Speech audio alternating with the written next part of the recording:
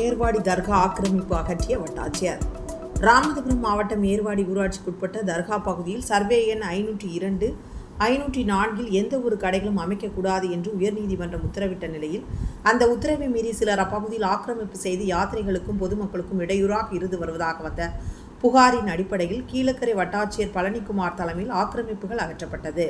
மேலும் அப்பகுதியை சுற்றி ஆக்கிரமிப்பு செய்யாதவாறு கற்கள் அமைத்து சுற்றி கம்பிகள் வைத்து யாத்திரைகள் பொதுமக்கள் பயன்படும் வகையில் அமைக்கப்பட்டுள்ளது.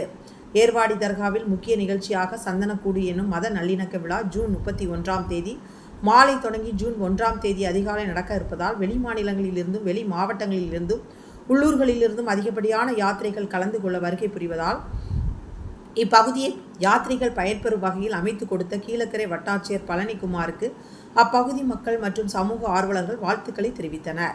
இதில் கீழக்கரை துணை வட்டாட்சியர் பரமசிவம், கீழக்கரை வருவாய் ஆய்வாளர் வேல்முருகன், மாயாகுளம் கிராம நிர்வாக அலுவலர் காளிதாஸ், ஏர்வாடி கிராம நிர்வாக அலுவலர் மாரியப்பன், நெடுஞ்சாலைத்துறை அதிகாரிகள், காவல்துறை அதிகாரிகள், வருவாய்த்துறை அதிகாரிகள் மற்றும் ஊராட்சி மன்ற நிர்வாகிகள் உட்பட பலர் உடன் இருந்தனர்.